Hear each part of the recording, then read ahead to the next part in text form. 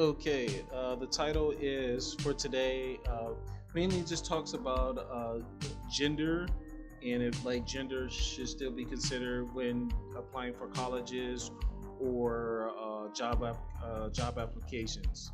So, like recently, race was struck down by the Supreme Court. It cannot be used in college admissions and is affecting the job market and other things such as that. So the title is Race is Out of Emissions, Is Gender Next?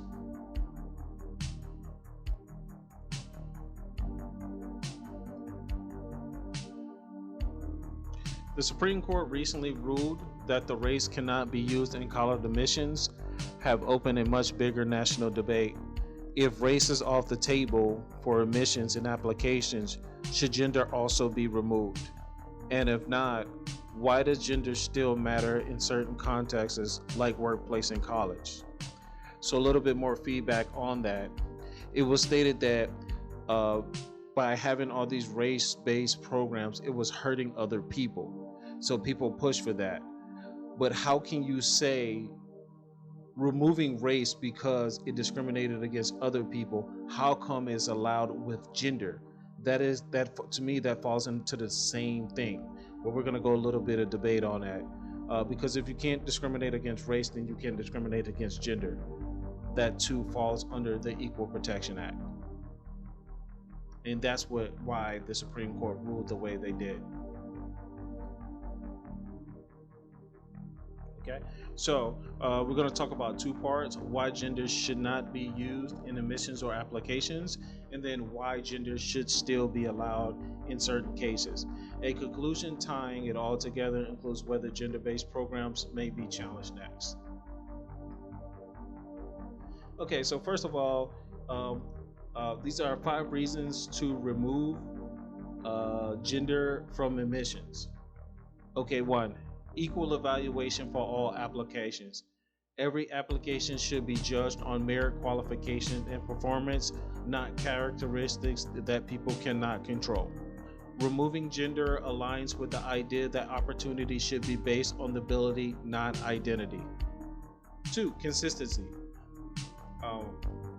With the Supreme Court logic, if race cannot be used because it creates unequal treatment, some argue gender should be treated the same way. The principle, if one protection category is removed from considerations, all should be removed for consistency. 3. You want to avoid bias in either direction. Gender-based preference can unintentionally create reverse discrimination where one gender is favored over the another. 4. Respect privacy and identity. 1 second. I got a commercial. I'm leaving it in there. Okay, so 4. Respecting privacy and identity. Not everyone identifies in traditional gender categories. Whether it's right or wrong, currently in our situation, gender identity is, yeah. Okay, so 5, focus on skills, not demographics. Employers and colleges increasingly emphasize competency-based evaluations. Removing gender reinforces that idea that your work speaks for itself. So yeah, just kind of sum that up. 1, you just want to do about merit, what a person knows how to do. 2, you want to kind of go in the same guidelines that the Supreme Court just set on race. Also, it prevents reverse discrimination. Also, you want to respect people's gender, especially how colleges are. And then competency. You want to make sure the people are hired because they can do the job.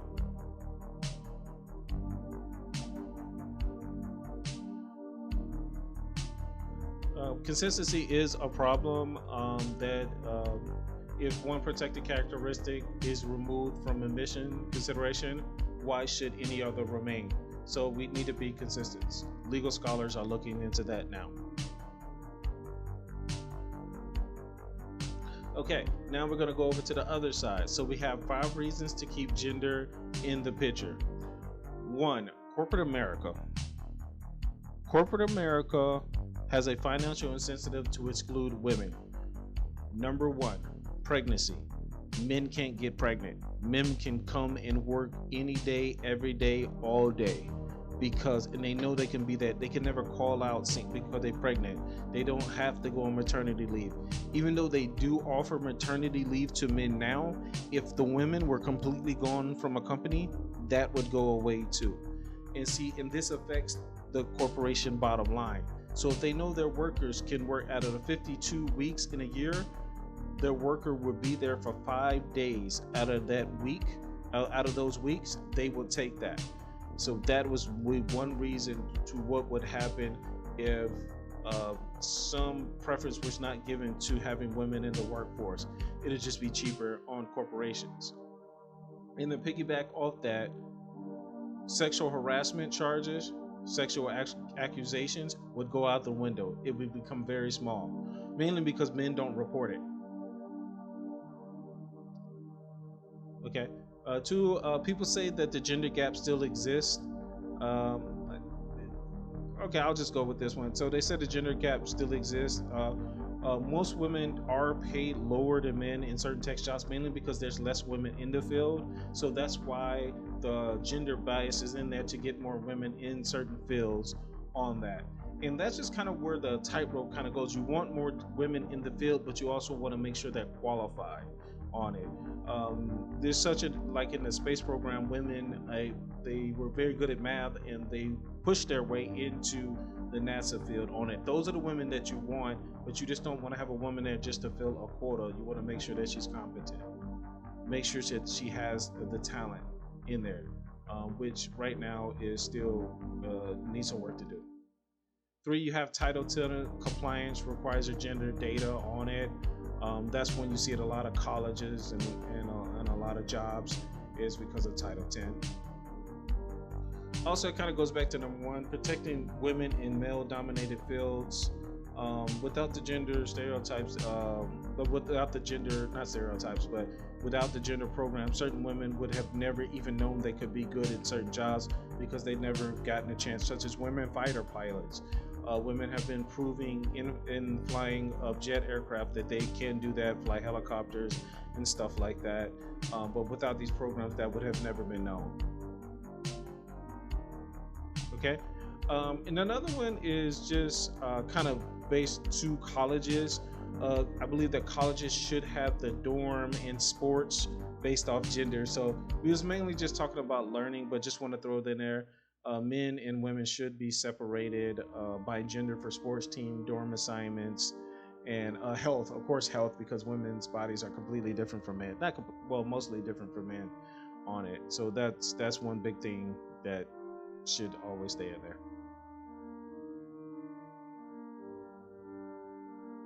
And this is just a thing on the women's gender cap on it. So women's share of computing jobs is 27%, 18% of female representation among the Fortune 500. But in this case of the gender, also can argue this, that most women on OnlyFans make all the money and men make very little money in OnlyFans. That's something that's not thrown in there. So it's a particular what field you go into. There again, where we talk about what Title 10. Title 10 of 1972 Education Amendments prohibits sex-based discrimination in any school receiving federal funding, and it requires schools to actively monitor gender equity. So this program is also just to keep from discrimination, but some say Title 10 does bring discrimination on it. But it's something that just needs to be legally monitored just to make sure that it is in compliance. So, what is likelihood that gender will be next? Okay, so legal scholars warn that the race ruling sets a precedent court may apply to gender. There are such things as women-only STEM scholarships, gender-based hire initiatives at corporation. A lot of people don't understand that DEI was just not about race, that it also included gender. A lot of people don't understand that DEI did not include race, it also included gender. I'm going to say that one more time. A lot of these people that fought against DEI did not know that they were fighting against women being in the workforce, because that's what those programs do. They helped a lot of women, okay, on it. So it's just something to look at. just something that has to be looked at. The Supreme Court's ruling on race has triggered this for a broader conversation about what characteristics should be allowed in admissions and hiring. Arguments for removing gender emphasize fairness, neutrality, and equality treatment. Arguments for keeping gender emphasize protection from discrimination, economic realities, and ongoing gender gaps in education and employment. Both sides raise valid concerns, and the debate is far from settled. But we'll see what happens. We have a lot of things that's coming up with the Supreme Court, and we'll just see if this is something that is brought to them within the next 3 years. I think that this would be something that would be brought up under the Trump regime, or even another regime. It's going, but I can see this something being pushed on the Trump agenda, because there are other things that are being pushed at this time. Feel free to share your thoughts, and it's just something to think about. Really something to think about. Is it discrimination to promote a female over a male just to make sure that there's a female in a certain spot? That is a question to ask. Thank you.